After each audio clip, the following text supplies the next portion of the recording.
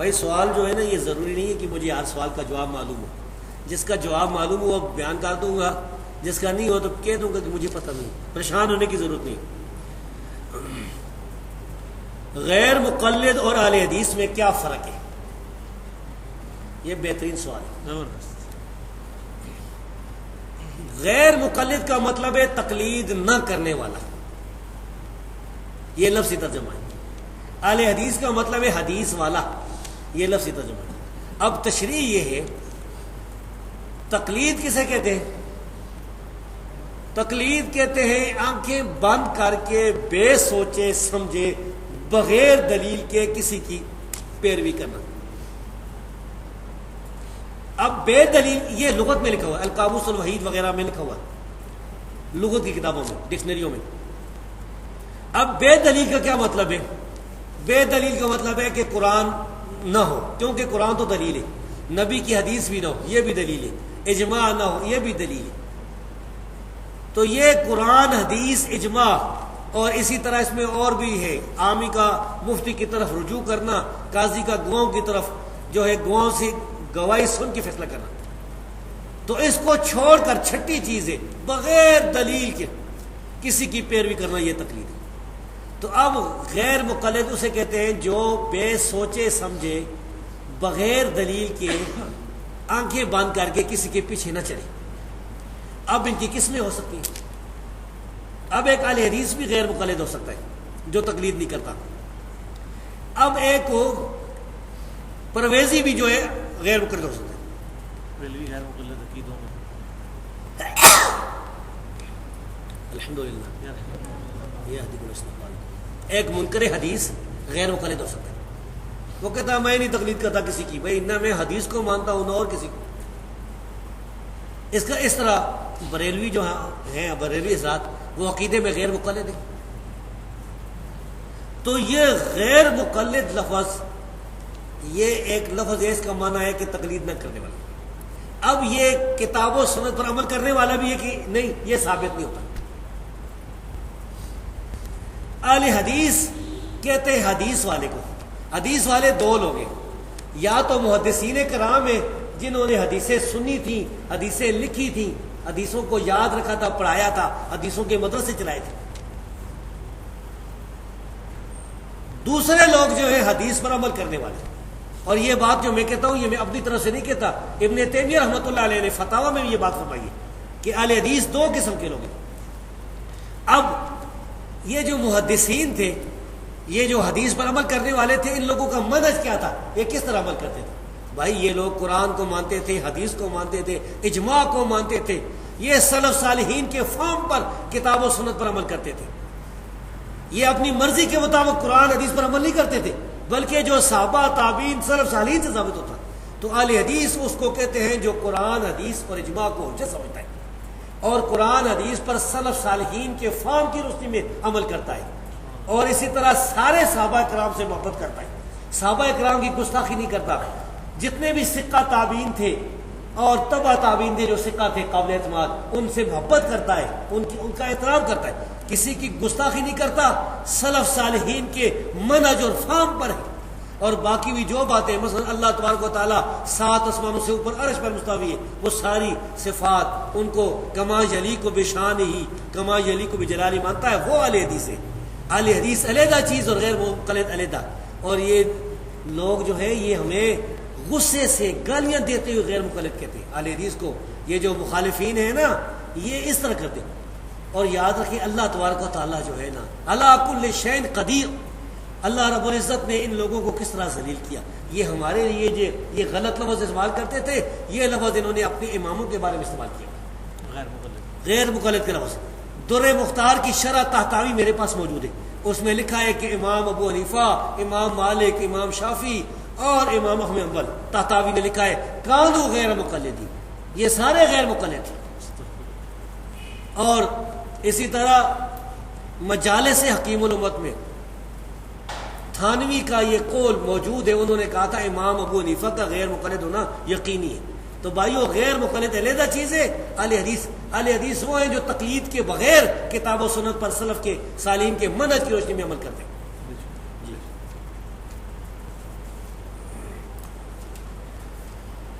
دم کرنے کے بارے اور تعویذ لٹکانے کے بارے میں احادیث مبارکہ کی روشنی میں بتا دیں۔ دم کرنا جو ہے یہ صحیح حدیث سے ثابت ہے۔ نبی کریم صلی اللہ علیہ وسلم نے فرمایا، صحیح مسلم کی حدیث ہے، من اراد ان ينفع اخاه من استطاع ان ينفع اخاه فليفعل۔ جو آدمی اپنے بھائی کو فائدہ پہنچا سکتا ہے وہ فائدہ پہنچائے۔ یہ اسی دم کے بارے میں۔ اسی طرح آپ نے فرمایا کہ اعرضوا علی رقاکم، یہ تم اپنے دم جو ہے میرے سامنے پیش کرو جس میں شرک نہ ہو، اس کے ساتھ کوئی حرج۔ دم جو ہے وہ اگر شرکیہ ہے تو حرام ہے۔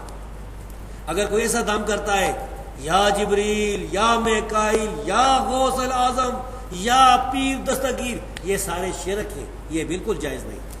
اور اگر کوئی اس طرح دم میں قرآن کریم کی آیت پڑھتا ہے، نبی کریم صلی اللہ علیہ وسلم کی کوئی حدیث میں دعا پڑھتا ہے، تو پھر یہ بالکل جائز ہے، صحیح ہے۔ تعویذ اب آ گیا۔ تعویذ کا لفظی معنی تو ہے اللہ کی پناہ مانگنا، لیکن سوال میں مراد لٹکانے والا تعویذ ہے، کیوں لٹکانے کا ذکر بھی ہے۔ تعویذ کچھ لوگ جو ہے وہ لکھتے کاغذ پر یا کسی اور چیز پر بھی لکھتے ہوں گے، عام طور پر کاغذ پہ ہوتا ہے، لکھ کے وہ اس کو لپیٹ کے پھر کپڑے میں لوہے کے اس میں لاکٹ میں کسی میں ڈال کے پھر وہ لٹکا لیتے ہیں، گردن میں لٹکا لیتے ہیں، بازو کے ساتھ باندھ لیتے ہیں، مختلف ان کی حالتیں ہوتی ہیں۔ یہ جو تعویذ ہے، اس تعویذ کے بارے میں اس کی دو حالتیں، ایک یہ کہ تعویذ کے اندر شرک لکھا ہوا، مثال کے طور پر غیر اللہ سے مدد مانگی گئی ہو، اور اس طرح شرک کے ہم نے تعویذ دیکھے لوگوں کے لیے، یہ سارے حرام ہیں۔ بعض جگہ پنجہ بھی بنا ہوا ہوتا ہے، 12 اماموں کے نام بھی لکھے میں نے دیکھے تعویذوں سے پر، تو یہ سارے حرام ہیں۔ بعض تعویذ ایسے ہوتے ہیں جن کے اوپر ہندسے لکھے ہوتے ہیں، 1 2 3 اوپر نیچے، بعض اس طرح لکیریں ہوتی ہیں، یہ بھی حرام ہے سارا، کیوں؟ جادو کی قسم ہے۔ بعض تعویذ ایسے ہیں جن پر قرآن کریم کی آیات لکھی ہوتی ہے یا نبی کریم صلی اللہ علیہ وسلم کی حدیث لکھی ہوتی ہے۔ یہ تعویذ جو ہے اس کے بارے میں علماء کرام کا اختلاف ہے۔ کچھ کہتے تھے کہ جائز ہے، تابعین تبع تابعین کے دور میں ہمارے اسلاف میں سے، اور کچھ کہتے تھے ناجائز ہے۔ ہم نے جب دونوں طرح کے دلائل دیکھے تو جو کہتے ہیں ناجائز تھے ان کو ترجیح حاصل ہے، کیونکہ سد ذریعہ بھی ہے، دوسرا یہ اس کا ثبوت بھی کوئی نہیں، نبی کریم صلی اللہ علیہ وسلم سے کسی جلیل القدر صحابی سے بھی ثبوت نہیں ہے اس قسم کے تعویذوں کا، اور تیسری بات یہ کہ اس سے توہین بھی ہوتی ہے، آدمی کبھی کس حالت میں ہوتا ہے، بہت سی باتیں۔ راجح اور صحیح بات یہ کہ یہ قرآنی تعویذ بھی ہو تو یہ جائز نہیں ہے، یہ نہیں لٹکانا چاہیے، لیکن فتویٰ نہیں لگے گا۔ اگر کوئی لٹکا لیتا ہے تو اس پر مشرک یا بدعتی کا فتویٰ نہیں لگے گا، مسئلہ اجتہادی ہے۔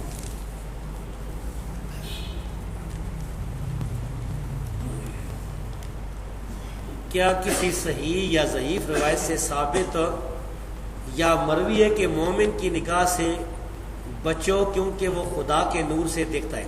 ہاں، ایک روایت تو آتی ہے بے سند اور موضوع کے، اتقوا من فراست المومن فإنه ينظر بنور اللہ۔ یہ کوئی طبرانی میں ضعیف مردود روایت ہے، یہ صحیح نہیں ہے۔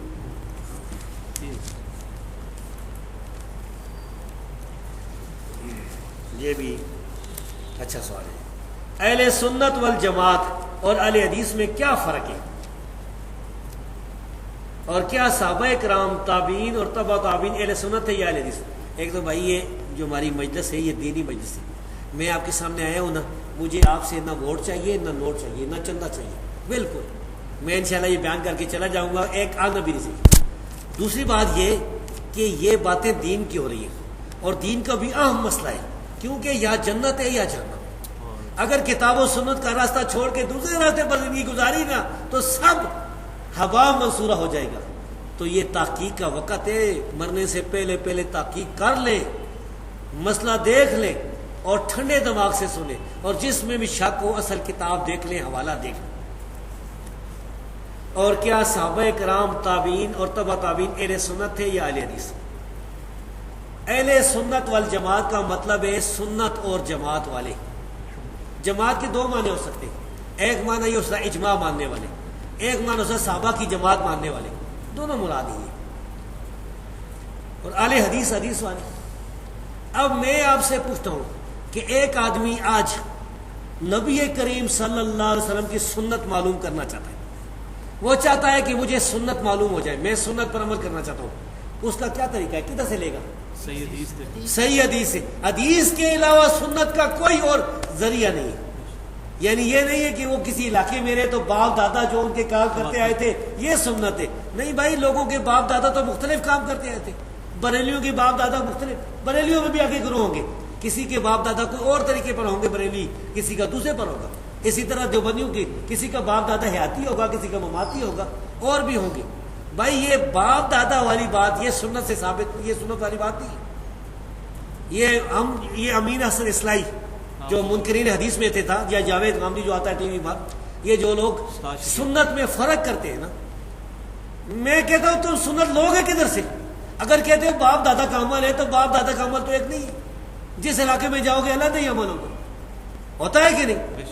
بھائیو مختلف جگہ شادی بیاہ دیکھ لیں, نماز دیکھ لیں.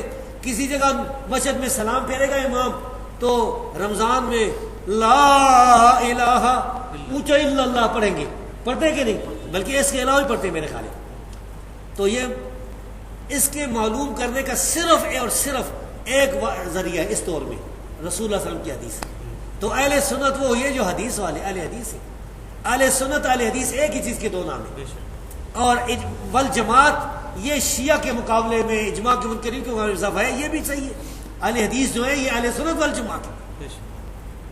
اچھا, وہ کتاب ہے کفایت المفتی, مفتی کفایت اللہ دیوبندی دہلوی, ان سے پوچھا گیا نا اہل حدیث کے بارے میں کہ اہل سنت والجماعت ہے کہ نہیں. پہلی جلد میں لکھا ہے انہوں نے کہا اہل سنت والجماعت ہے, اور لکھا ہے کہ تارک تقلید جو ہے اہل سنت والجماعت سے باہر نہیں ہوتا ہے. اچھا, سنت اور حدیث میں سب سے پہلے فرق کرنے والا کون آدمی آپ کو پتہ ہی ہے؟ سب سے پہلے سنت اور حدیث میں فرق کرنے والا کہ حدیث علیحدہ چیز سنت علیحدہ چیز ہے, یہ مرزا غلام احمد قادیانی تھا.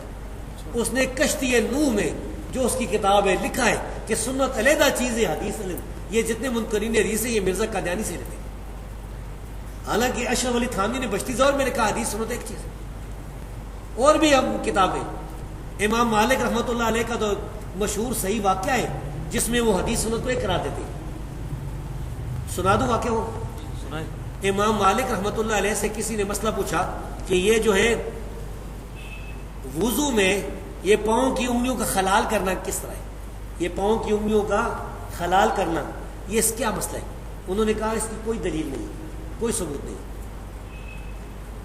اسی مجلس میں امام عبداللہ بن وہب رحمۃ اللہ علیہ بھی, یہ واقعہ تقدمۃ الجرح و تعدیل میں اور امام بیہقی سنن الکبریٰ کی پہلی جلد میں حسن لذاتی سند کے ساتھ, یعنی صحیح سند کے ساتھ لکھا. ادھر امام عبداللہ بن وہب نے کہا کہ عندنا فی ذالک سنہ, ہمارے پاس مصریوں کے پاس اس کے بارے میں ایک سنت ہے. امام مالک نے فرمایا ہاتھ میں کون سی پیش کر. انہوں نے اپنی سند کے ساتھ حدیث بیان کی اور اس حدیث میں مستورد ابن شداد رضی اللہ تعالیٰ تک سند پہنچائی, اور وہ فرماتے ہیں کہ رسول اللہ صلی اللہ علیہ وسلم آپ فرماتے تھے کہ انگلیوں کا خلال کرو. امام مالک نے یہ سن کر فرمایا ان ھذا الحدیث حسن, یہ تو حسن حدیث ہے, اچھی حدیث ہے. پھر وہ کہتے ہیں کہ جب بھی ان سے مسئلہ پوچھا جاتا تھا وہ کہتے تھے انگلیوں کو خلال کرو.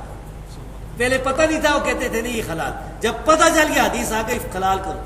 تو بھائیو یہ بات ہے, صحابہ کرام تابعین اور تبع تابعین سارے اہل سنت والجماعت ہیں, سارے اہل حدیث تھے. اہل حدیث یہ ہمارے بھائی کہتے ہیں نا, محدثین کو کہتے ہیں, حدیث بیان کرنے والے کو. آج کل بعض لوگ کہتے ہیں کہ نہیں یہ غیر مقلدین ہے, پتہ نہیں آپ کو پنڈی بھی کہتے ہوئے کہ نہیں, حضروں میں تو کہتے ہیں یہ غیر مقلدین ہے. اہل حدیث جو ہے نا, بعض کہتے ہیں اہل حدیث تو ہم ہیں, اور بعض کہتے ہیں کہ اہل حدیث تو محدثین تھے. سرفراز خان صاحب نے بھی لکھا ہوا, اور لوگوں نے بھی. تو میں کہتا ہوں یہ صحابہ کرام محدثین تھے کہ نہیں؟ نبی کی حدیثیں سب سے پہلے بیان کرنے والے کون ہیں؟ صحابہ کرام ہیں.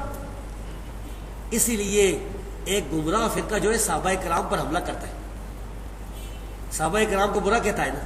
مقصد کیا ہے کہ اسلام ختم ہو جائے, کیونکہ جب نبی کی حدیثیں بیان کرنے والے مشکوک ہو جائیں گے تو حدیثیں ختم.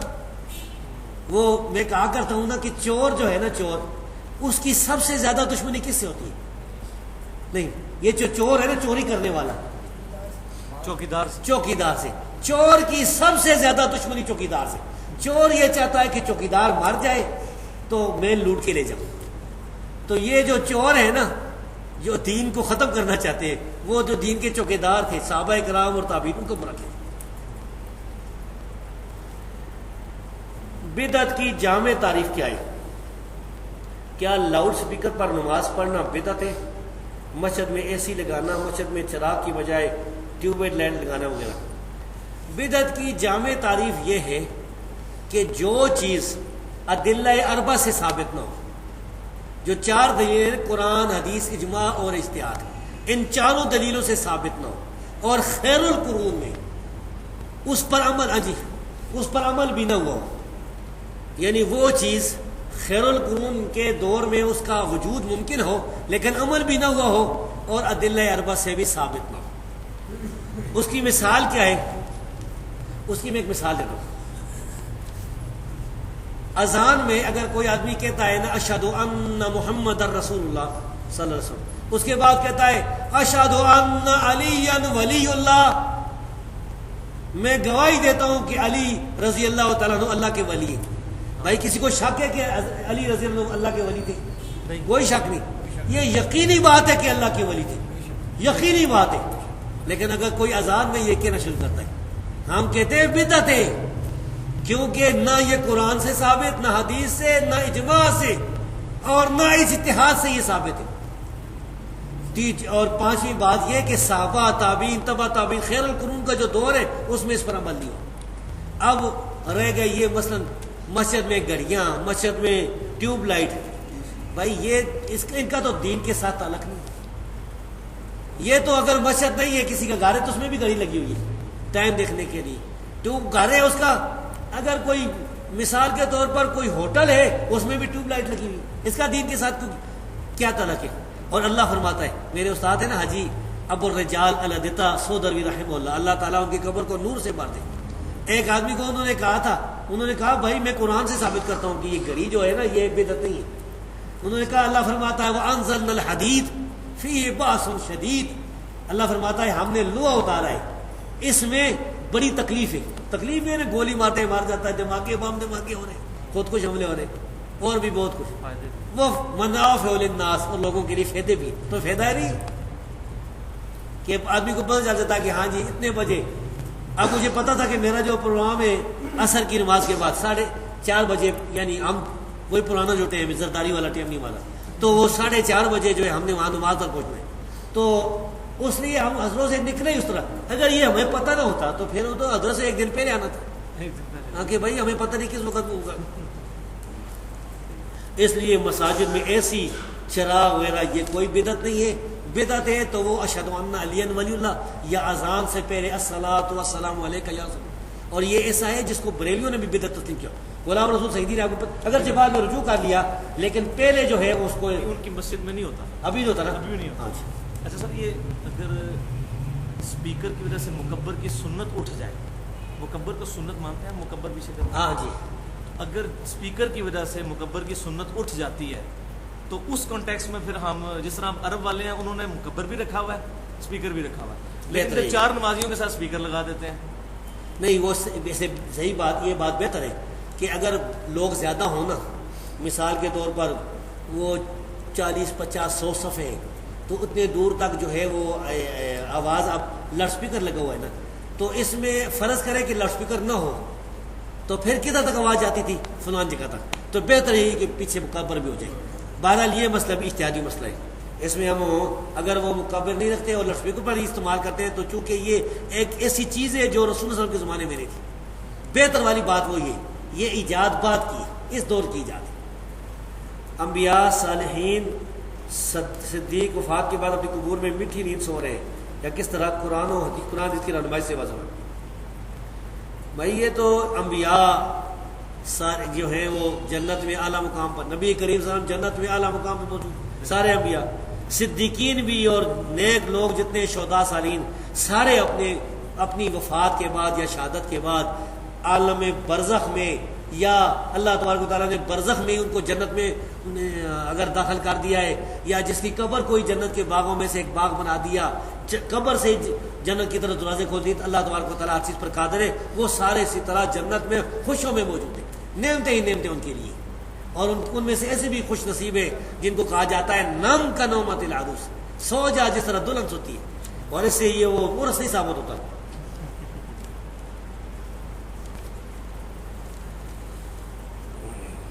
سوال، کہا جاتا ہے کہ پہلے اہل حدیث علماء اجماع کو دلیل نہیں مانتے تھے مگر اب اجماع کو بطور دلیل لیتے ہیں، اس بارے میں آپ کیا فرماتے ہیں؟ اس کا جواب میں دیتا ہوں. سید نذیر حسین محدث دہلوی کا نام سنا ہوگا آپ، ان سے بڑی نفرت کرتے ہیں دیوبندی بریلوی حضرات. یہ ہندوستان میں 60 سال تک حدیث پڑھانے والے تھے، اور اللہ تبارک و تعالیٰ نے ایسی برکت عطا فرمائی کہ ان کے ہاتھ شاگرد جو تیار ہوئے نا، شاگردوں کی فوج ہزاروں میں شاگرد، اور ان کی شاگرد بھی ہیرے ہیں. عبد الرحمن مبارک پوری، شمس الحق، عظیم آبادی، فلان ان کے شاگرد ہیں. تو سید نذیر حسین محدث دہلوی کے شاگردوں میں سے تھے ایک حافظ عبداللہ غازی پوری رحمۃ اللہ علیہ. یہ بھی بہت بڑے عالم تھے، دلی میں مدرسہ بھی بنایا تھا بڑا. اس زمانے میں جو بنیوں بریلیوں نے کتاب لکھی تھی، کتاب کا نام رکھا تھا انتظام المساجد باخراج الوہابیین من المساجد. مسجدوں کا انتظام کرنا چاہیے، وہابیوں کو مسجد سے باہر نکالنا چاہیے. اس زمانے میں کوئی اہل حدیث چلا جاتا تھا تو اس کو مارتے بھی تھے، مسجد سے باہر بھی پھینک دیتے، مسجد کو دھوتے بھی تھے، بہت کچھ کرتے تھے. تو کتاب بھی انہوں نے کی، انگریزوں کی ان کو خوش کرنے کے لیے یا کوئی مقصد بھی ابھارا. اس میں جھوٹے الزام لگایا اہل حدیث کے بارے میں، یہ کہتے ہیں وہ کہتے ہیں، یہ سیدنا عمر رضی اللہ تعالیٰ بدعتی کہتے ہیں. کتنا ظلم ہے. اور یہ اس کے لدھیانے والے جو تھے نا وہ مفتی، یہ صرف انہی کا مسئلہ نہیں ہے. اشرف علی تھانوی نے اہل حدیث کے بارے میں لکھا ہے کہ اہل حدیث تراوی کے مسئلے میں سیدنا عمر رضی اللہ تعالیٰ کو بدعتی کہتے ہیں. کتنا بڑا بہتان ہے بھائیوں. میں اللہ کی قسم کھا کے کہتا ہوں کہ میں آج تک اپنے کسی استاد سے سیدنا عمر رضی اللہ تعالیٰ پر یہ فتویٰ نہیں سنا، کسی کتاب میں نہیں پڑھا، کسی سے ہم نے نہیں سنا. آپ نے سنا کسی نے اس کا؟ کتنا جھوٹ ہے، بہتان ہے. تو اس بہتان کے جواب میں انہوں نے پھر کتاب لکھی حافظ عبداللہ غازی پوری رحمۃ اللہ علیہ نے، جس کا نام ہے ابراہ آل الحدیث والقرآن. اور آگے فرمایا تھا کہ بما جاء فی جامع شواہد من البہتان. جامع شواہد بھی کتاب انہوں نے لکھی تھی نا، یعنی ہمارے خلاف جو بہتان لوگ بیان کرتے اس کا انہوں نے جواب دیا تھا. یہ 100 سال پہلے کی بات ہے. اس کتاب میں وہ کہتے ہیں کہ اہل حدیث کے نزدیک اصل دلیل قرآن حدیث ہے. پھر کہتے ہیں بھائیو اس سے کوئی یہ نہ سمجھے کہ ہم اجماع نہیں مانتے. اجماع حجت ہے جب قرآن سے ثابت ہے، حدیث سے ثابت ہے.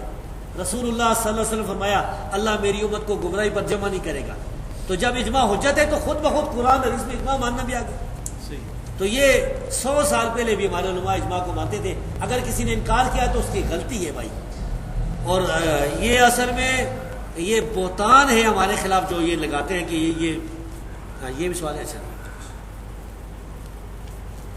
کیا یہ کسی صحیح حدیث سے ثابت ہے کہ قیامت والے دن جب کسی آدمی کی فرض نمازیں پوری نہ ہوئیں تو اس آدمی کی سنتے اور نوافل سے کمی پوری کی جائے گی؟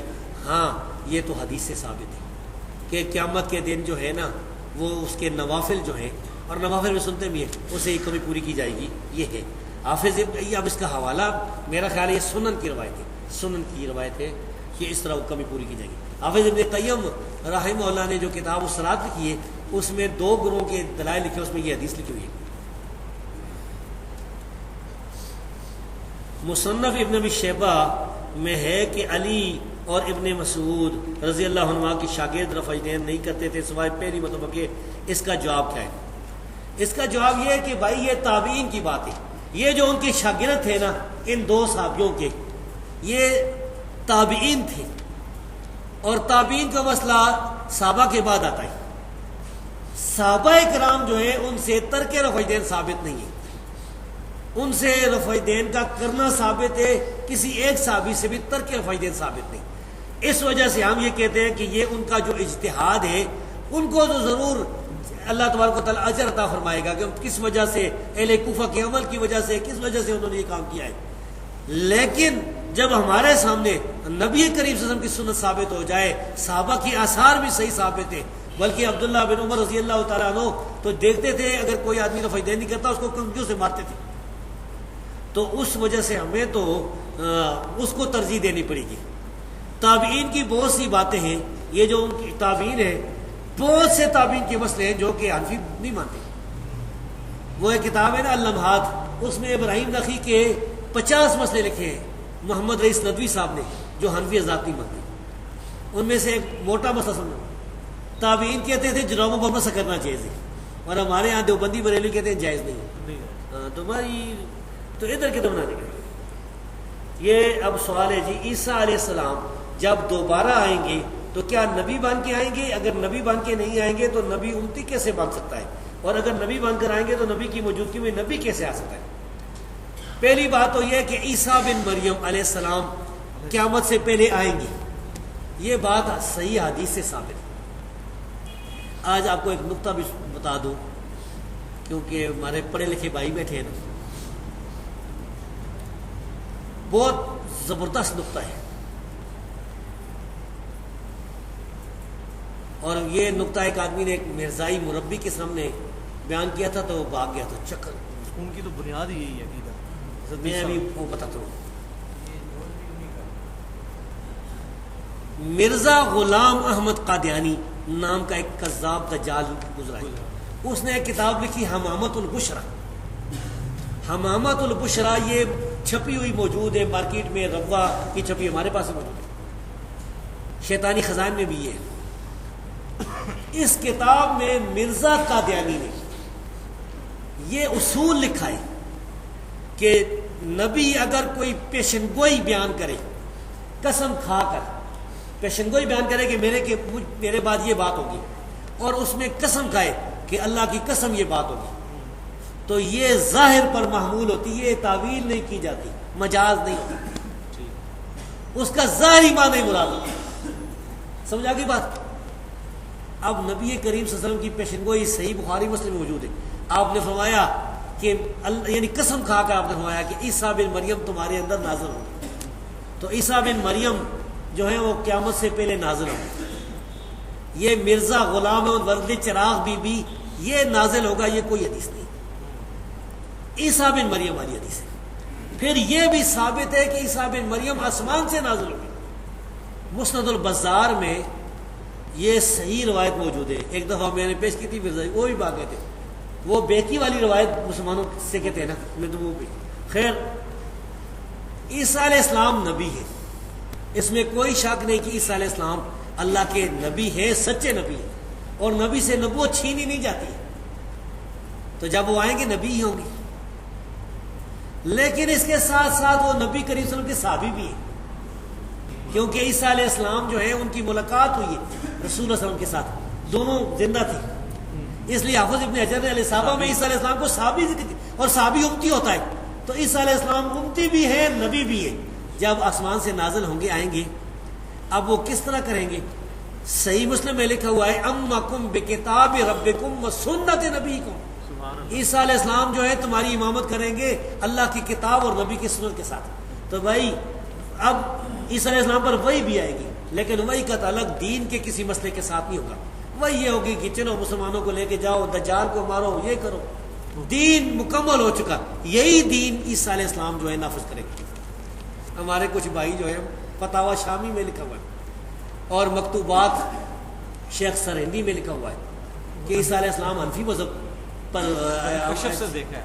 ہاں جی، حنفی مذہب پر عمل کرے گا. بھائی آپ غور کریں، عیسیٰ علیہ السلام جو نبی بھی ہے اور رسول اللہ علیہ وسلم کے صحابی بھی ہیں، امام ابو حنیفہ سے تو افضل ہے نا، اس میں تو شک نہیں. امام صاحب کے پیچھے کیوں چلاتے ہو؟ امام حنیفہ کو ان کے پیچھے چلاؤ. سارا جھوٹ، اس طرح کی باتیں اللہ معاف کرے. تو بھائی یہ حقیقت ہے، یہ آ سکتا ہے، یہ آئیں گے. حسن بصری رحمۃ اللہ علیہ سے ثابت ہے، انہوں نے فرمایا کہ قسم کھا کر عیسیٰ علیہ السلام اس وقت زندہ ہیں اور وہی نازل ہوں گے.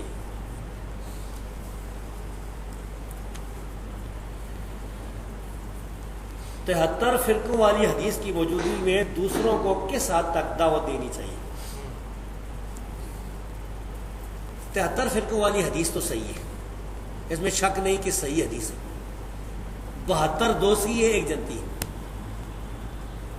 اب جو 72 دوسری ہے ان سے اگر آپ نے دعوت ان کو دینی ہے تو نرمی سے، بہت اچھے طریقے سے، ادعو الی سبیل ربک بالحکمت والموعظۃ الحسنۃ.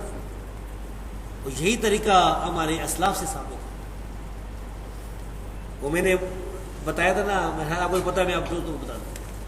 بعض اوقات جو ہے اس طرح کا ہوتا ہے نا کہ ایک پکا گمراہ کافر ہے، نرمی سے اور دلائل سے اگر بیان کرے تو اللہ تبارک و تعالیٰ بڑی فتح دیتا ہے اور بڑے لوگ جو ہیں وہ صحیح ہو جاتے ہیں. قاضی ابو بکر الباقلانی ایک عالم گزرے، خطیب بغدادی کے استاد تھے. اس زمانے میں غالباً معتصم باللہ کا دور تھا بغداد میں. تو عیسائیوں کا جو بادشاہ تھا وہ ادھر قسطنطنیہ میں ہوتا تھا، ترکی میں جو اس وقت ہے. یہ اس وقت عیسائیوں کا دارالخلافہ تھا، یہ اس وقت فتح نہیں ہوا تھا. اس بادشاہ نے الچی بھیجے کہ مسلمانوں کو کوئی عالم میرے پاس آئے، کوئی ہمارے ساتھ بات کرے، یعنی بات کرنا چاہتے ہیں.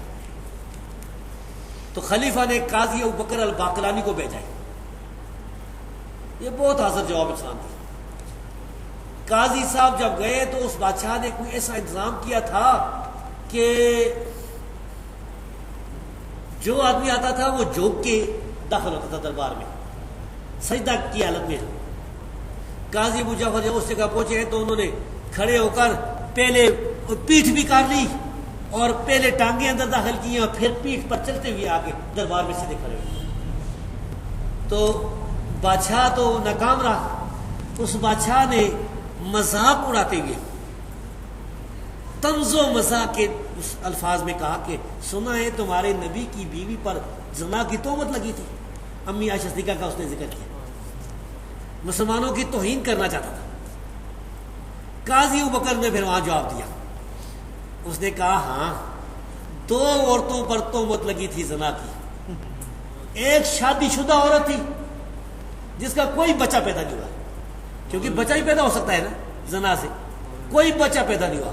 ایک کنواری تھی، وہ بچہ لے کے آ گئی ہے، کنواری بچہ لے کے آ گئی ہے اور دونوں بے گناہ تھی. وہ تو ہکا بکا رہ گیا، ہکا بکا رہ گیا. پھر وہ جو ہے نا ان کا پوپ، آج کل تو اٹلی میں نا پوپ تھا، پوپ نے کچھ بات کی اس کو بھی خاموش کیا. پھر پوپ سے کہا ہے کہ تیرے بیوی بچے کس طرح ہے، ٹھیک ٹھاک ہے تیرے بیوی بچے؟ تو لوگ بولے دباری کہ نہیں نہیں نہیں نہیں، پوپ کی شان کے لائق نہیں ہے. پادری ان کا شادی نہیں کرتا نا، بڑا یہ بڑی توہین ہے. یہ کیا کہہ رہے ہیں آپ؟ انہوں نے کہا شرم نہیں آتی، پوپ کی شان کے لائق نہیں ہے بیوی بچے، اور اللہ کے بارے میں کہتے ہو اللہ کا بیٹا ہے، عیسیٰ اللہ کا بیٹا، شرم نہیں آتی؟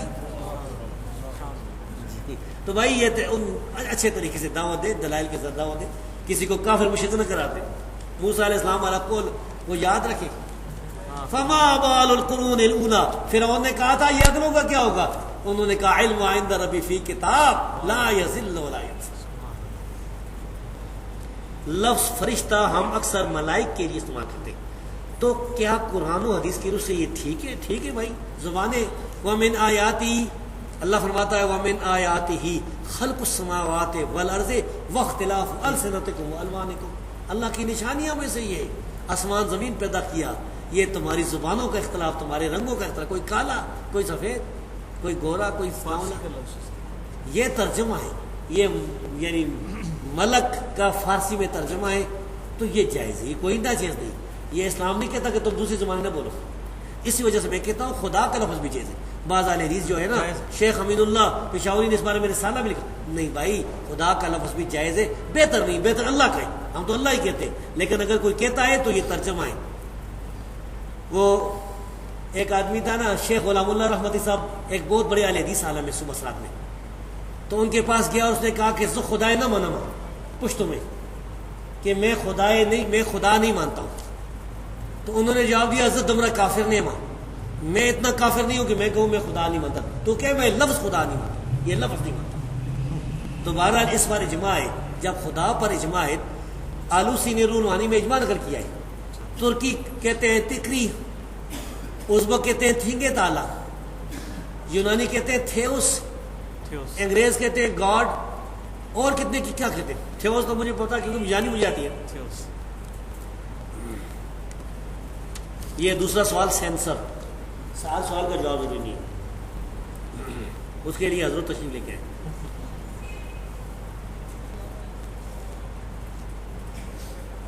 یہ سوال ہے کیا یہ بات صحیح ہے کہ کعبہ میں 4 مصلے تھے 4 اماموں کے؟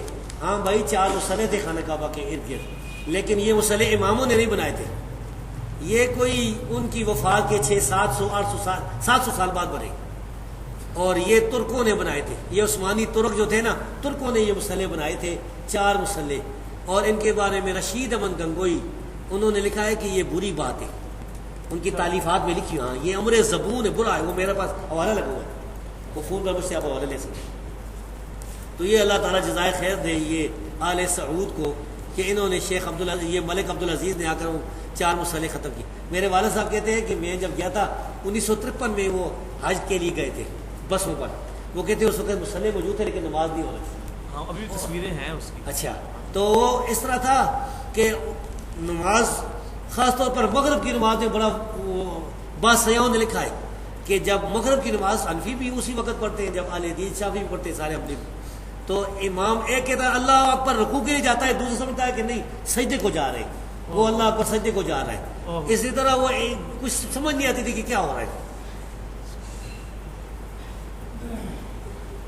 اگر آپ داڑھی کٹواتا ہے کیا وہ امامت کرا سکتا ہے؟ یعنی مراد یہ ہوگا کیا داڑھی کٹوانے والے کے پیچھے نماز جائز ہے کہ نہیں؟ کٹوانے سے مراد اگر داڑھی منانا ہے تو یہ فاسق فاجر ہے، اس کے پیچھے نماز نہیں پڑھنی چاہیے۔ اگر یہ مسلمانوں کا خلیفہ بادشاہ ہے اور کہیں نماز پڑھا رہا ہے تو نماز ہو جائے گی اگر اس کا عقیدہ صحیح ہے، لیکن فاسق فاجر ہے، اس کے پیچھے جان بوجھ کر نماز نہیں پڑھنی چاہیے۔ اور اگر وہ تھوڑی تھوڑی اس کی ہے تو بھی فاسق ہے، اگر ایک مٹھی سے زیادہ کٹاتا ہے تو پھر نماز ہو جاتی ہے۔ یہ مسئلہ اجتہادی ہے، صحابہ کرام ثابت ہے، فاسق فاجر نہیں ہوتا۔ صحابہ سے ثابت ہے، ہاں صحابہ کرام سے ثابت ہے، تابعین سے بھی ثابت ہے، اور بغیر اختلاف کے ثابت ہے، کسی ایک نے انکار نہیں کیا۔ میں کہتا ہوں اجماع ہے، یہ اجماع ہے۔ اس بارے میں یہ 2 موقف غلط ہے۔ ایک ہمارے استاد جو ہے نا، میرے کئی استاد اہل حدیث علماء جو کہتے ہیں داڑھی کو کینچی لگانا حرام ہے، یہ بھی غلط ہے، اور شیخ البانی جو کہتے ہیں کہ ایک مٹھی سے کاٹنا واجب ہے، ضروری ہے، یہ دونوں غلط ہے۔ بہتر یہ کینچی نہ لگائیں، اگر کوئی لگا لیتا ہے ایک مٹھی سے زیادہ تو جائز ہے، کیونکہ یہ اگر حدیث کے خلاف ہوتا تو کوئی تو انکار کرتا صحابہ کرام سے، لیکن نبی کریم صلی اللہ علیہ وسلم سے کینچی ثابت نہیں، اس لیے نہیں لگا چاہیے۔ من القا ہے، القا لفظ نہیں ہے، من علقا تمیمتا فقد اشرکا، جس نے منکا لٹکایا اس نے شرک کیا۔ اس کا مطلب ہے یہ لکھا نے جس نے تعویذ لگایا۔ تمیمہ کہتے ہیں منکے کو، وہ گول گول جو ہوتے ہیں نا دانے، اس بارے میں طالب الرحمان صاحب نے کتاب بھی لکھی ہے،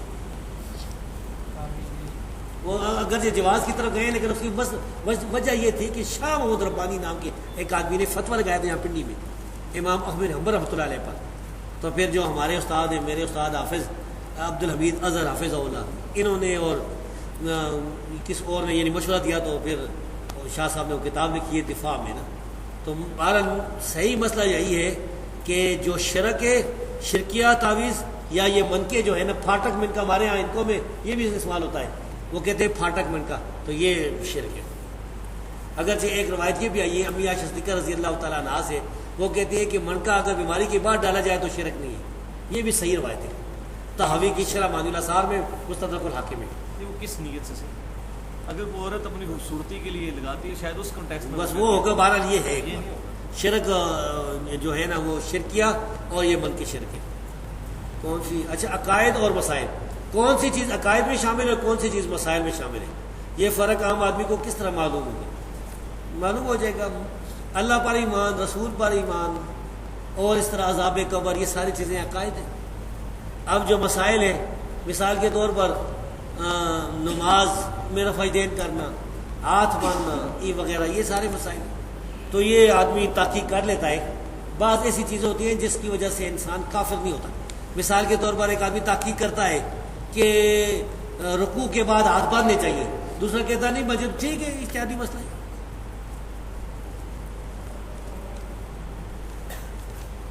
ایک آدمی قرآن مجید پڑھ رہا ہو اور دوسرا آدمی کسی اور کام مشغول ہو تو سننے اور پڑھنے کے لیے کیا حکم ہے؟ بہتر یہ ہے کہ اگر کوئی دوسرا آدمی وہاں کسی کام میں مشغول ہے وہ نہیں سنتا تو یہ آدمی دل میں پڑھ لے.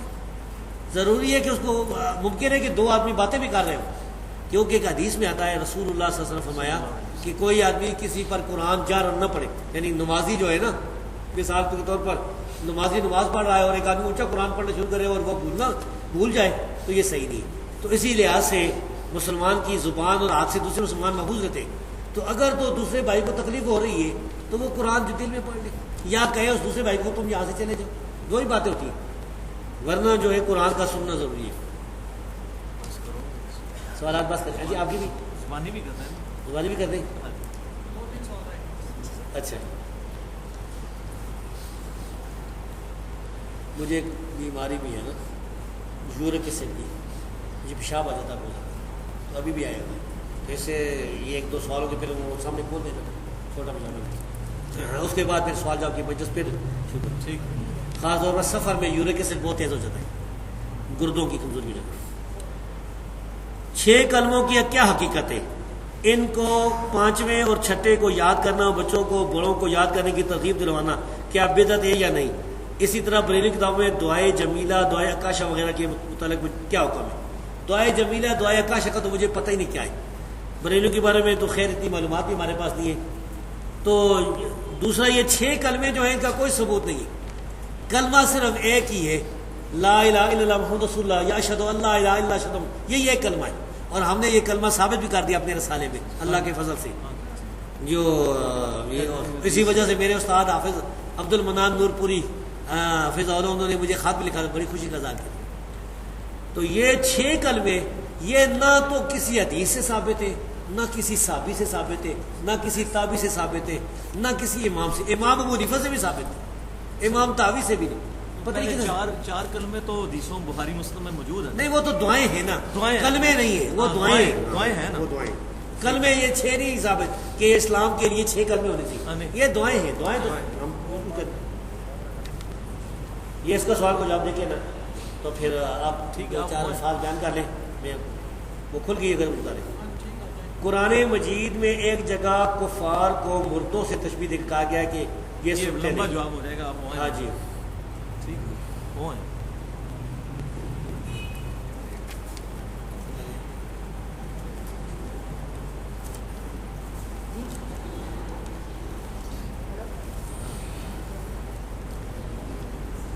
یہ اس کا جواب دینے سے پہلے بتاؤں، یہ باندھ رہے ہیں نا، وہ ریکارڈ بھی کر رہے ہیں ویڈیو کی قسم کا.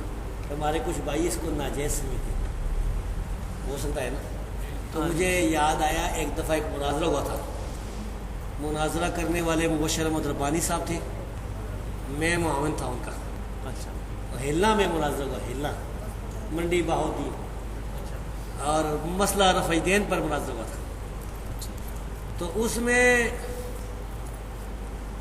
اللہ تبارک و تعالیٰ کا یہ فضل ہوا کہ وہ جو مناظرہ کرانے والا بڑا آدمی تھا نا، وہ تو اہل حدیث ہو گیا. سبحان اللہ. اس گاؤں میں اتنے اہل حدیث نہیں تھے. اس کے بعد بریلیوں نے کہا کہ یہ وہابی جو ہیں یہ جھوٹ بولتے ہیں، ہم جیتے ہیں، وہ نہیں جیتے.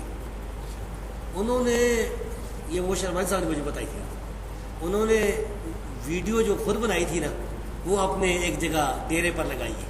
بریلیوں نے اپنے نوجوانوں کو اکٹھا کیا، ہم اصلی مناظرہ کو بتاتے ہیں. ہم اس مناظرے میں وہ جو بریلوی تھا عبد الکریم و شیخو پوری، وہ سجدوں میں رفع دین ثابت کرتا تھا. اچھا.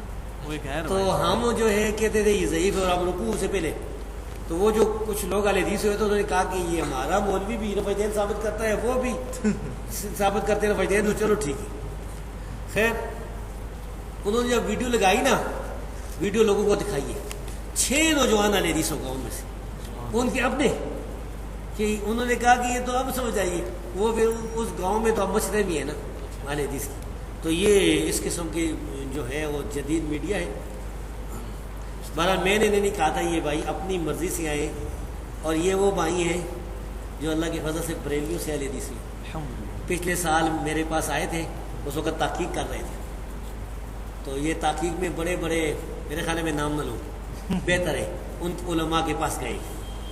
اور میرے پاس جب آئے الحمدللہ ادھر بھی انہوں نے صرف بنایا سوال جواب، وہ بھی ریکارڈ کیا تھا. آپ تو بڑی دعوت یہ دے رہے ہیں، بڑے لوگ اللہ کے فضل سے یعنی ہم سے زیادہ یہ دعوت دے رہے ہیں. جی یہ قرآن مجید میں ایک جگہ کفار کو مردوں سے تشبیہ دے کر کہا کہ یہ سنتے نہیں، اس کی تشریح کسی محدث کی روشنی میں بیان فرمائیں. محدث تو پھر حافظ ابن حجر کی فتح الباری دیکھ لیں، اس میں اور قرآن کریم کی جو یعنی تشریحات ہیں، ابھی تو مجھے اس طرح یاد نہیں ہے کہ کس محدث نے کیا فرمایا. بہرحال وہ جو ہے نا، یہ مجھے یاد ہے کہ علماء کرام کہتے ہیں کہ یہ جو کافروں کی یعنی نفی ہے نا سننے کی، یہ سماع و انتفاع ہے، انہیں یعنی نفع دینے والا سننا نہیں اس سے مراد. باقی یہ کہ مثلا کلیب بدر والوں نے سنا تھا کافروں نے نبی کریم صلی اللہ علیہ وسلم کی بات کو، یہ ثابت ہے. تو یہ مسئلہ سماع موتا کا یہ بڑا اختلافی مسئلہ ہے اور لمبا مسئلہ ہے. اس بارے میں ہماری تحقیق یہ ہے کہ مردہ کچھ نہیں سنتا سوائے اس کے جو نبی کریم صلی اللہ علیہ وسلم کی حدیث سے ثابت ہے. مثلا قدموں کی آواز سنتا ہے. اصحاب بدر جو تھے وہ کفار جو مارے گئے تھے انہوں نے سنا تھا، بس یہ ثابت ہے، باقی مردہ کچھ نہیں سنتا. بعض لوگوں نے غلو کر کے بخاری کی اس حدیث کو ہی ضعیف قرار دے دیا، مماتیوں نے، دیوبندیوں نے. وہ تو بخاری کو ہی ضعیف قرار دے. وہ جو ایک ان میں سے ایک مماتی ہے، اس نے ایک کتاب لکھی ہے قرآن مقدس اور بخاری محدث. یہ دیکھیں اس کی جہالت. قرآن مقدس لفظ صحیح ہے مقدس، لیکن بخاری محدث لفظ غلط ہے. محدث نام ہی غلط ہے. اس میں گالیاں دی ہیں امام بخاری کو اور حدیث کے اماموں کو. اس کا جواب میں نے دیا ہے. یہ مماتی دیوبندی کو احمد سعید ملتانی جو ہے نا، یہ جیل میں چھٹ گئے. ہماری عدالتوں کو تو آپ کو پتہ بھی ہے. اس کا بیٹا تو سلفی ہو گیا. دو، اگر کوئی شخص اس طرح دعا مانگتا ہے کہ اے اللہ اپنے حبیب صلی اللہ علیہ وسلم کے صدقے میرا فلاں کام کر دے، اس طرح کہنا کیا بدعت ہے؟ جی ہاں بدعت ہے، کیونکہ ایسا جو ہے نہ صحابہ سے ثابت ہے، نہ تابعین سے، نہ تبع تابعین سے، نہ محدثین سے، نہ اماموں سے. جتنے بھی ہیں نا بڑے بڑے یعنی 300-400 سال تک اس سے ثابت نہیں ہے. تو ڈائریکٹ اللہ سے دعا کریں، وسیلہ پیش کرنے کی کیا ضرورت ہے؟ اس بارے میں آپ ابن تیمیہ کی کتاب الوسیلہ دیکھ سکتے ہیں. زکوٰۃ کے بارے میں بیان کریں کہ یہ کتنے مال پر فرض ہے. یعنی ایک شخص کے اوپر 5 لاکھ کا کاروباری قرض ہے، جبکہ اس کے پاس موجود مال 2 لاکھ کا ہے اور اس نے 4 لاکھ کا ادھار دیا ہوا ہے، تو کیا وہ اپنے پاس موجود مال کی زکوٰۃ ادا کرے گا یا کل مال کی یا قرض کے علاوہ جو مال ہو؟ یہ بہت سے سوال ہیں اس میں. ایک تو یہ نا زکوٰۃ اگر تقریباً 10,000 روپے جس آدمی کے پاس ہے نا تو اس پر زکوٰۃ ہو جاتی ہے. اسے اگر تھوڑے ہیں اسے تو زکوٰۃ اس پر نہیں آتی. وہ لے صفی ما دون خمس اواقن صدقہ والی حدیث جو ہے نا، 5 اوقیہ چاندی سے کم اگر جس کا ہے نا اس پر صدقہ نہیں ہے. خیر، تو یہ جو مسئلہ ہے کہ اس پر مثلا 5 لاکھ روپے کا اس نے قرض اٹھایا ہوا ہے، لوگوں سے دیا ہے، اس کی تو یہ زکوٰۃ نہیں دے گا. اس کی زکوٰۃ تو وہ دے گا جس نے قرض اس کو دیا. اب اس کے پاس موجودہ مال 2 لاکھ کا ہے اور 4 لاکھ کا ادھار اس نے آگے دیا ہوا ہے. 4 اور 2 6 لاکھ کی یہ زکوٰۃ نکالے گا. صحیح ہے، ہاں ٹھیک ہے. 6 کی نکالے گا. جی اس میں ایک اور مسئلہ بھی ہے. اگر کچھ رقم، یہ زکوٰۃ کے مسئلے بہت مشکل ہے. میں اس بار ایک مضمون بھی تاکہ اس زیادہ موقع نہیں ملتا بڑا. اس میں یہ ہے کہ اگر اس نے ایک آدمی نے کسی کو گر گئے نہیں کسی کو رقم دی ہے نا، مثلا اس نے 1 لاکھ روپے دیا ہے ادھار، اب وہ رقم ڈوب گئی ہے، ملنے کی کوئی امید نہیں ہے، تو اس میں سے زکوٰۃ نہیں نکالے گا. جس سال مل جائے گی 1 سال کی نکالے گا. شیخ ابن عثیمین کہتے ہیں کہ سارے سالوں کی نکالے گا، لیکن راجح یہی کہ جس سال مل جائے گی 1 سال کی نکالے گا.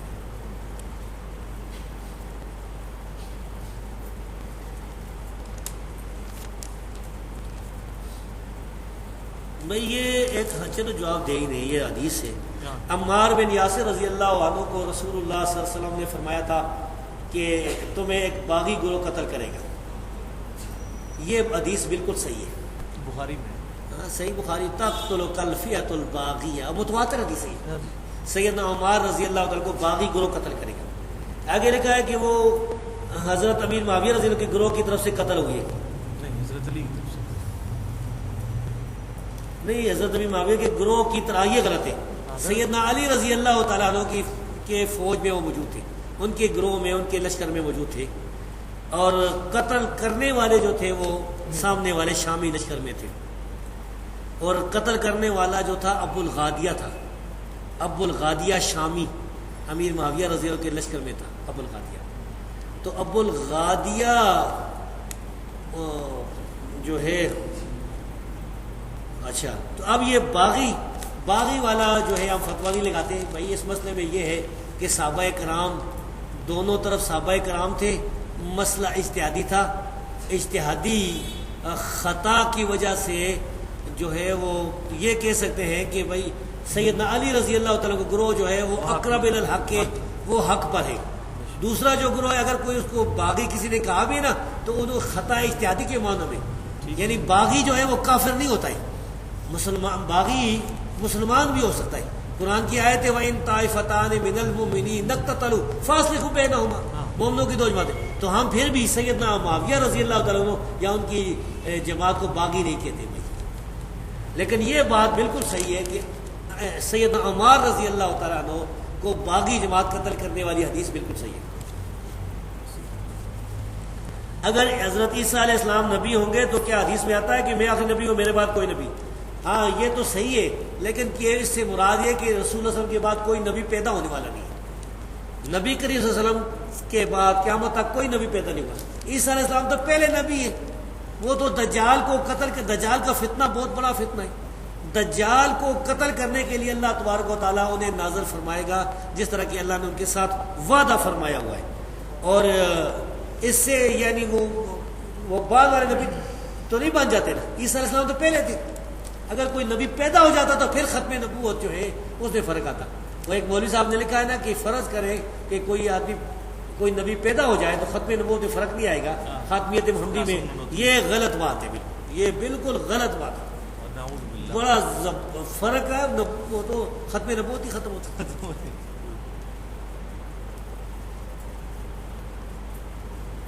تصویر کی شرعی حیثیت بیان کریں، بھائی تصویر جائز نہیں۔ اگر مولوی کی ویڈیو جائز ہے تو پھر گھر میں ٹی وی پر اعتراض کیوں ہوتے ہیں؟ گھر میں ٹی وی پر بھی یہ مولوی کی ویڈیو ہی ہوتی ہے، یہ اس طرح کی کوئی جہاد کی، دین کی دعوت کی باتیں ٹی وی پر ہوتی ہے یا بے حیائی ہوتی ہے؟ ٹی وی کو جب ہم حرام قرار دیتے ہیں تو بے حیائی کی وجہ سے، بے حیائی اگر مولوی کرے گا یا دنیا دار سب کے لیے حرام ہے۔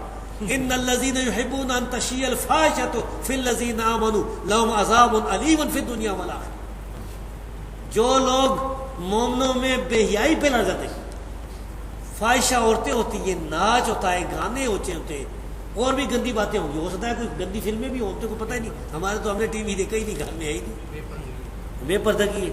تو بھائی یہ اس وجہ سے ٹی وی حرام ہے۔ اگر کوئی آدمی گھر میں ٹی وی رکھ کے اس میں مناظرے کی وہ دیکھتا ہے، علماء کی تقریر دیکھتا ہے، یا کوئی جہادی دیکھتا ہے، یا مثال کے طور پر کوئی ٹیکنالوجی اس کو پڑھاتے ہیں، یہ بھی ہو سکتی ہے نا بہت چیزیں، آج کل تو جدید لوگوں کو پتہ ہوگا، ہاں علم جدید، تو وہ ساری چیزیں جائز ہیں۔ اگر یہ ویڈیو وغیرہ ناجائز ہو تو اس کی تائید کیوں کرتے ہیں؟ بھائی جواب ہم نے دے دیا ہے، باقی آپ ہم سے کیا منانا چاہتے ہیں؟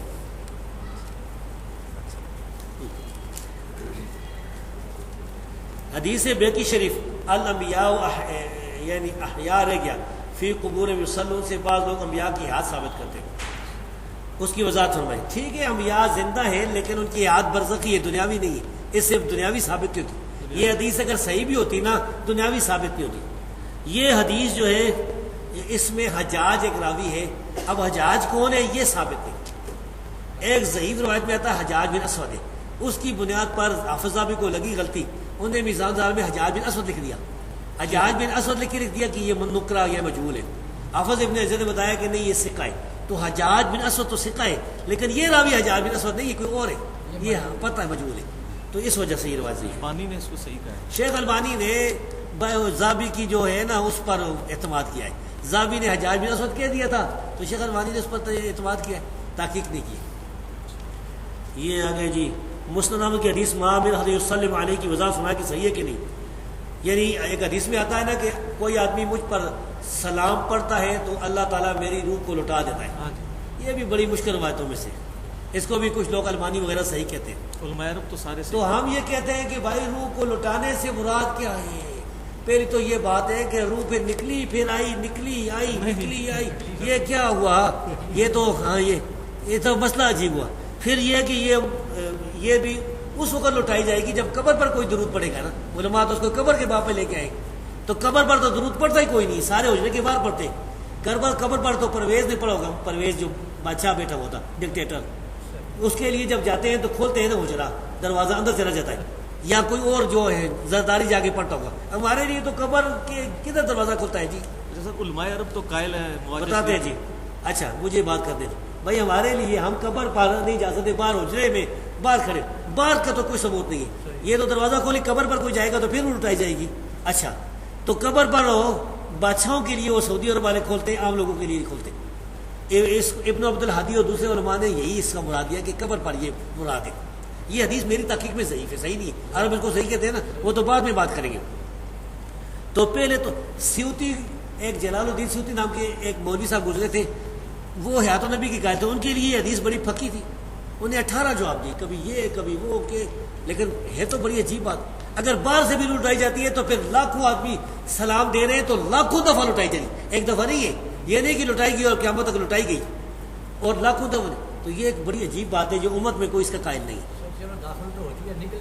نہیں سر، یہ برزخی معاملہ ہے سر، تو برزخی معاملہ ہے، یہ حدیث بھی ضعیف ہے۔ اس میں یزید بن عبداللہ بن قسید جو ہے یہ روایتیں کرتا ہے تابعین سے، تو یہ اس کی عام روایت تابعین سے، تو اس نے نہیں بتایا کہ یہ حدیث ابو ہریرہ سے سنی ہے کہ نہیں۔ جس روایت میں آتا ہے کہ اس نے ابو صالح سے سنی ہے، ان کے شاگردوں سے، اس کی سند ضعیف ہے۔ نیز یہ کہتے ہیں کہ معراج کے موقع پر نبی کریم صلی اللہ علیہ وسلم نے انبیاء کو دیکھا تھا تو وہ زندہ تھے، بھائی وہ تو معجزہ ہے، اس میں یہ کوئی نہیں لکھا ہو کہ وہ دنیا کی طرح زندہ تھے، وہ تو برزخی معاملہ ہے، ممکن ہے روح کو دیکھو، اور وہ آپ بھی قبروں میں زندہ ہیں، بالکل ہم مانتے ہیں کہ زندہ ہیں، لیکن برزخی زندگی ہے، دنیاوی زندگی نہیں ہے۔ سر وہ جو موسیٰ علیہ السلام قبر میں نماز وہ صحیح حدیث ہے، صحیح مسلم کی، نبی کریم صلی اللہ علیہ وسلم نے دیکھا ہے کہ موسیٰ علیہ السلام قبر میں نماز پڑھ رہے تھے، یہ بھی برزخی معاملہ ہے۔ وہ قائم یصلی، کھڑے ہوئے تھے، ہاں جی، کھڑے ہوئے تھے۔ ہم یہ کہتے ہیں کہ جو نماز پڑھ رہا ہو اس کو حنفی مذہب میں سلام دینا جائز ہے کہ نہیں؟ ہمارے میں تو جائز ہے۔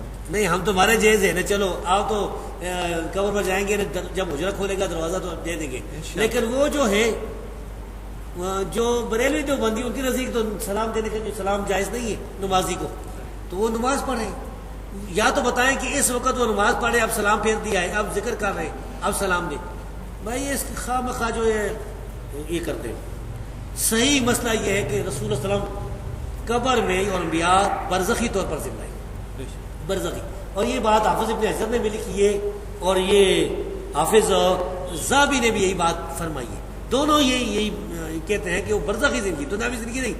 سمجھ آ رہی بات؟ بھائی میرا پروگرام ہو رہا ہے۔ جس طرح آپ نے اپنے بیان میں کہا کہ صحابہ کرام نبی صلی اللہ علیہ وسلم کی حدیث چیزوں سے بھی محبت کر رکھتے تھے، بطور تبرک رکھتے تھے، تو کیا کوئی شخص کسی صحابی تابعی یا بزرگ والی چیزیں محبت سے اپنے پاس رکھ سکتا ہے؟ نہیں، صرف رسول اللہ صلی اللہ علیہ وسلم کیا رکھ سکتا ہے۔ رسول اللہ صلی اللہ علیہ وسلم کی کوئی چیز اگر کسی کے پاس ہے نا، وہ رکھ سکتا ہے، بالکل۔ اگر کوئی بال ہے، کوئی آپ کے کوئی کپڑا ہے، کیونکہ رسول اللہ صلی اللہ علیہ وسلم کے بعد صحابہ سے یہ بات ثابت نہیں، کسی نے بھی نہیں کیا، ابوبکر صدیق کے تبرکات رکھے ہو یا صحابہ کے بعد تابعین نے رکھے ہو۔ پھر بھی اگر کسی کے پاس کوئی صحابی کی بات ہے تو بھائی سنبھال کے رکھے، گھر میں بڑی خوشی کی بات ہے، بتایا بھی دیکھیں گے۔ ہاں جھوٹ ہوتا ہے، لاہور میں گیا نا، وہ لاہور میں شاہی مسجد لکھا ہے منسوب، رسول اللہ کی طرح منسوب ہے، وہ احتیاط کی ہوئی منسوب لکھتے ہیں، ہاں منسوب لکھتے ہیں، یعنی ان کی کوئی اصل نہیں ہے، اصل نہیں ہے، جھوٹی باتیں ہیں، منسوب کی۔ جی سر، یہ جو یہ حدیث کہ روح لوٹا دی جاتی ہے، ہاں جی، اس کی علماء نے یہ بھی کہا کہ متوجہ کی جاتی ہے، اور یہ برزخ کا معاملہ ہے۔ اب بات یہ کہ شیخ عبداللہ بن باز، شیخ البانی اور تمام علماء عرب جمہور اس حدیث کو حسن کہتے ہیں، اور اب تو روزہ شریف پہ انہوں نے یہ لکھ کے بھی لگا دیا ہے، باہر جعلی شریف کے اوپر، الصلاۃ والسلام علیکہ یا رسول اللہ، السلام علیکہ یا ابو بکر اور یا عمر، اب لکھ کے لگا دیا انہوں نے، لکھ کے لگا دیا، اور باقاعدہ جب سعودی عرب کی اذان آتی ہے نا تو وہ روزہ شریف کے سامنے کرتے ہیں اور پڑھتے ہیں، السلام علیکہ یا رسول اللہ، السلام علیکہ یا ابو بکر، لائیو پڑھ رہے ہوتے ہیں۔ تو میرا خیال ہے اس میں تھوڑی سختی ہے، میں نہیں ہم نہیں کریں گے جی، آپ کا سوال ہو ختم، ہم اس بارے میں کوئی نرمی نہیں کریں گے، ہمارا جو منہج ہے ہم نے بیان کر دی۔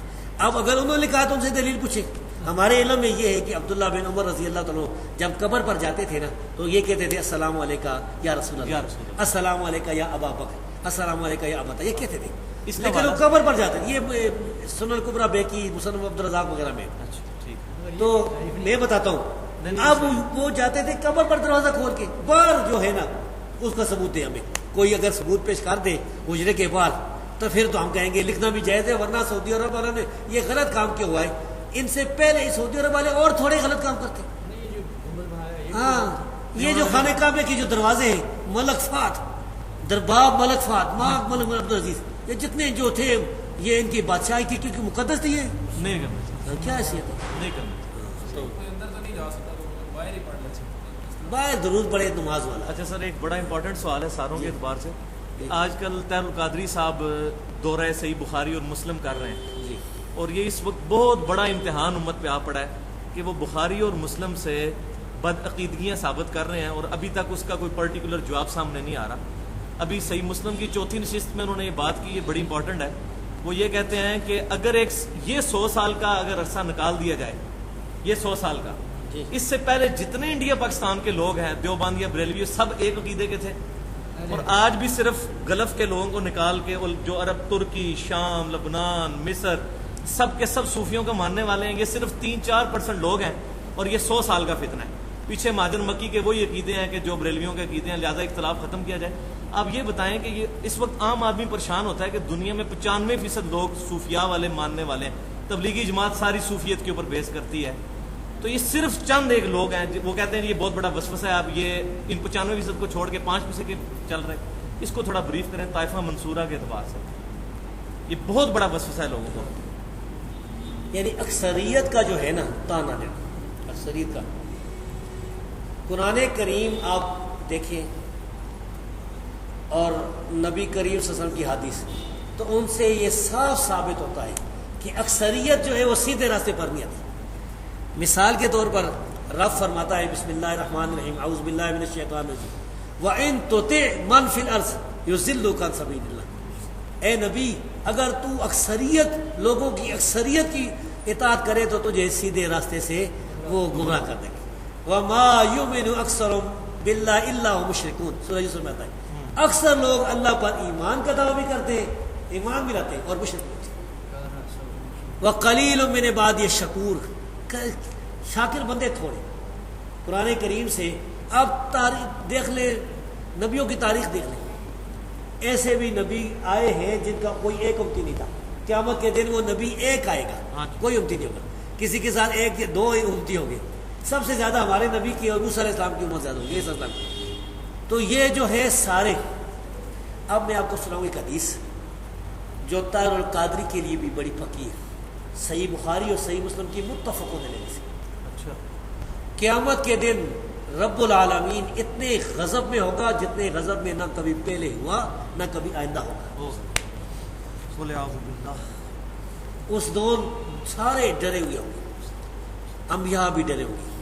اس دن رب فرمائے گا یا آدم اخرج باس النار. اے آدم، یہ جو انسان کھڑے ہیں نا ساری مخلوق ہوگی، جن انسان سارے ہوں گے، اگلے پچھلے گورے کالے سب، مرد عورتیں سب ننگے کھڑے ہوں گے. رب فرمائے گا ان میں سے جہنمیوں کو علیحدہ کر دیں. آدم علیہ السلام پوچھیں گے وما باس النار، اے رب جہنمی کیا ہے، کتنے ہیں؟ رب فرمائے گا من کل 1999 ہر 1000 میں سے 999 جنمی. ٹھیک ہے یاجوج ماجوج ہو گئے، کتنے ہو گئے یاجوج ماجوج؟ دار کر خرب کر دو، اسی کے اوپر کر دو. بھائیو یعنی قیامت کے دن 1000 میں سے صرف ایک آدمی جنت میں جائے گا. قیامت کے دن صحیح بخاری اور صحیح مسلم کی اس حدیث سے ثابت ہوا کہ 1000 میں سے صرف ایک آدمی جنت میں جائے گا. پھر اس طرح صحیح مسلم کی حدیث سے رسول اللہ صلی اللہ علیہ وسلم نے فرمایا کہ بدا الاسلام غریبا، اسلام جو ہے وہ اجنبیوں میں آیا ہے، اوپروں میں آیا ہے، تھوڑے تھوڑے تھے. یعنی 1-2 ہر قبیلے میں سے ایک آدمی 2. سیعود غریبا، پھر اجنبی ہو جائے گا. فطوبى للغرباء، ان اجنبیوں کے لیے خوشخبری ہے جو اجنبی ہوں گے. بعض باتوں میں آتا ہے کہ النزاع من القبائل، بعض میں آتا ہے یصلحون اذا فسد الناس، یہ شیخ البانی لائے اپنی صحیح میں کہ وہ اصلاح کریں گے، لوگ سارے فاسد ہو جائیں گے، بہت سی اس قسم کی ہے۔ تو خلاصہ یہ ہے کہ بھائی جو اہل حق ہیں وہ تھوڑے ہوتے ہیں۔ اب ہم یہ کہتے ہیں کہ طاہر القادری سے کہ چلو تم یہاں پنجاب میں زیادہ ہو، صوبہ سرحد میں تو دیوبندی زیادہ ہے، ہمارے علاقے میں دیوبندی زیادہ ہے، تو اکثریت کے پیچھے چلو، پھر بریلوی کس لیے بنے ہوئے؟ ایران میں شیعہ زیادہ ہے، ایران میں شیعہ زیادہ ہے، بس یہ مجموعی دیکھیں تو دنیا میں کافر زیادہ ہے۔ اس کے بعد آپ دیکھیں تو یعنی مختلف کسی علاقے میں دیوبندی زیادہ ہے، کسی میں بریلوی زیادہ ہے، دیوبندی بھی کم نہیں ہے اب، خاص طور پر مدرسوں وغیرہ کی وجہ سے بہت پھیل چکے ہیں یہ بہت۔ تو طاہر القادری کا یہ استدلال ہے۔ اب طاہر القادری کا یہ کہنا کہ 100 سال پہلے کوئی نہیں تھا، اگر اس کا یہ خیال ہے کہ 100 سال پہلے کوئی بھی دوسرا جو ہے وہ مذہب نہیں تھا، سارے بریلوی تھے، تو یہ جھوٹ ہے، کیونکہ کتاب و سنت پر عمل کرنے والے لوگ ہر دور میں رہے۔ شاہ ولی اللہ کے دور میں فاخر الہ آبادی کون تھے؟ الہ آباد سے جو آئے تھے، جنہوں نے رفیدین کر کے نماز پڑھی تھی، ابھی جیسے رسالہ نجاتیہ لکھا ہے، میرے پاس فارسی میں رسالہ پڑھا ہوا ہے جس میں کہتا ہے تقلید حرام ہے۔ جب اس کو لوگ مارنا چاہتے تھے تو اس نے کہا کہ مجھے مارتے کیوں دہلی میں، اپنے کسی مولوی کے پاس لے جاؤ، لوگ لے گئے شاہ ولی اللہ کے پاس۔ شاہ ولی اللہ نے جب دیکھو سنا تو پتہ تھا بڑا عالم ہے، انہوں نے کہا ٹھیک ہے یہ بھی، وہ لوگ چلے گئے، چھوڑ دیا۔ انہوں نے کہا شاہ ولی اللہ سے کہ آپ کب شروع کریں گے؟ شاہ نے کہا میں شروع کرتا تو آج تو نہ بچتا، لوگ مجھے بھی واپی کہتے ہیں۔ طاہر القادری صاحب انہیں کہیں، طاہر القادری کو کہتے ہیں کہ بھائی یہ تم جو ناچنے گانے کو جیز کرا دیتے ہو، میں نے خود ویڈیو دیکھی جس میں وہ سفید داڑھی والے بوڑھے جو ہے نا وہ ناچ، شرم نہیں آتی اور اوپر ویلے بھی دے رہے ہیں، پتہ نہیں آپ نے دیکھی کہ نہیں؟ ہم نے اس کے اندر ہے دیکھنی کسی اس میں ہے۔ اچھا وہ تمہارے حنفی علماء نے تو، میرے پاس 2 جلدوں میں کتاب موجود ہے جس میں لکھا ہے اس نے کہ رقص کرنا حرام ہے، سما اور رقص حرام۔ امام صاحب بریلوی نے احکام شریعت میں لکھا ہے کہ قوالی ساز کے ساتھ حرام ہے، تو پھر یہ تم یہ بھی جیسے کل تو تم یہ بھی کہو گے۔